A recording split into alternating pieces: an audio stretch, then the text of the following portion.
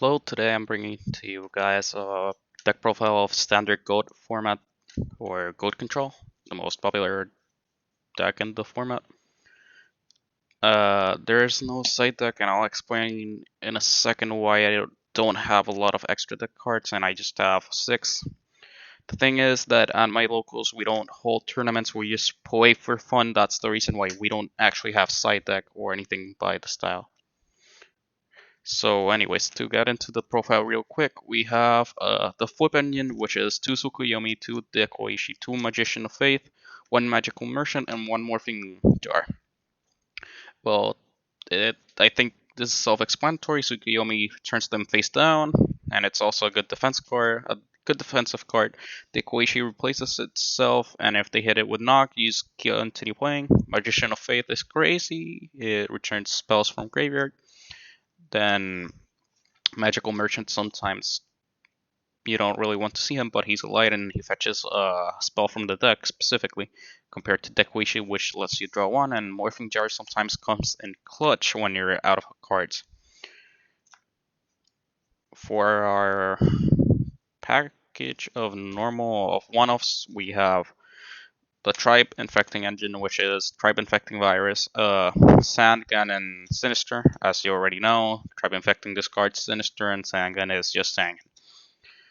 After that, we have Emissary Priest. He helps clear the the goats as well, and DD Warrior later for big monsters, and a Breaker because Breaker is Breaker. 1900 is always good, and it pops back row. We have for the boss monsters a Parshath and a Jinsos. Why not two Parshath? Because again, we don't play with the side deck, so what you want to have is everything for the best case. For example, you either have Jinso or you have Parcha. One is light, one is dark. You can use them for Chaos monsters, even though you don't run a Chaos build, but it always helps out. Plus, you can revive Jinso and Parcha. Plus, one tribute monsters. For the other two, it would be a Chaos Sorcerer and Blackluster Soldier. Chaos Sorcerer is a solid monster, and most of the time when you summon him, you get a free banish, and there are not a lot of monsters that can get rid of him. At least normal monsters. If your opponent is playing more focused around stuff, yeah, they can get rid of it, but we don't really care. Lackluster Soldier, as you already know, he is the mainstay card of this format. He can sit in defense real pretty. He can go 1-2 hits, and apart from that, he is really hard to get over. Next up, we have the spells. We have 2 Book of Moon. Again, since it's a slower format, we are going through the old mentality of not playing a lot of 3-offs because we're going to see them throughout the long game. And we prefer to see a lot of other spells rather than play 3 Book of Moon and only be fetching that. To combine with the Book of Moons, we have the Nobleman, the Crossout. Same thing, since we can hit face down monsters, and well, we want to see it sometimes. And if we hit something, most of the time, yes, it will affect us, but we don't mind. Deck thinning is always fun. That 2 Metamorphosis, not 3s, but in this case, it's more or less because of the same mentality. We just want to get into them slowly. We don't want to get to them immediately. Besides, most of the time, you just want to do it into once, as I'll show later in the extra deck what I am missing, but just want them for 1 to 2 card combos we always have in GOAT format. Lastly, for our 2-offs, we have 2 Scapegoat. Again, we will see them eventually in the game, and most of the time, running 3 is not the best, at least in my opinion, since I don't like drawing 2 Scapegoats. I like drawing 1 and being able to play with it, but sometimes it doesn't work out.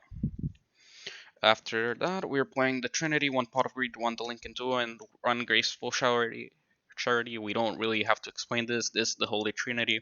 You always play them in every deck except Delinquent Duo, which some builds are not running at the moment. After that, we play the equip package of Snatch and Steal and Premature Burial. Again, no need to explain it.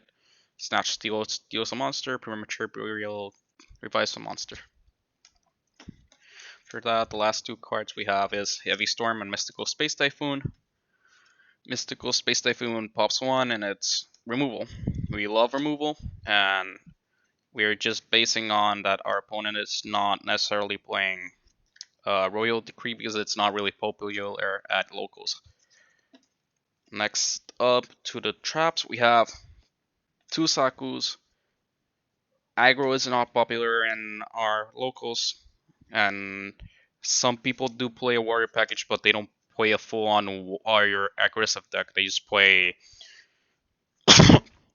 sorry, they may play like something similar to uh, two reinforcement of the army, one warrior lady, one assailant. No, not an assailant. One warrior lady, one exile force, and one blade knight, or if not the blade knight, the samurai number 2. After the two Sakus, we have the torrential tribute because it works. It ports wipes. We have the mirror force, Mason card. The Dust Tornado, we only up to play one since we're playing the Chaos, but you can change it by changing one Chaos Sorcerer to the second one. But the mentality here is that since you play another Dust Tornado in the form of Mystical Space Typhoon, we don't really need it. Since if they hit us trading 1-for-1s, we want to trade 1-for-1 because at the end of the day, our draws are a lot of 1-offs and we'll always see a power card. After that, we run one Ring of Destruction again. Closest games out early, and I imagine just going BLS, attack, ring, or any other thing, to be honest. The last card we have is Call of the Haunted. Self-explanatory again, it's just Revival, and we really love Revival in Yu-Gi-Oh! Makes extenders and everything. For the extra deck, we have only one of in the extra deck because again, we just play for fun. We don't really hold locals for gold format. It's the Thousand Eyes Restrict, the Fusionist, the Carbonella, the Belter, the Last Warrior from Another Planet, and two-headed Thunder Dragon. As you can see, there are no level 7s, and not a lot of people play Ham or Reasoning Gate as a deck, but yeah, you will usually just run into these.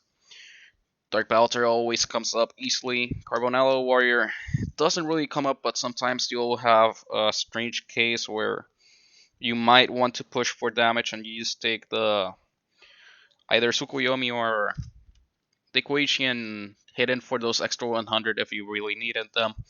Fusionist, just to get the Sanguine Surge and get the Sinister Serpent out quickly, and Thousand Eyes Restrict is the mainstay of the deck. So yeah, that is the deck profile, and that should be doing it for now.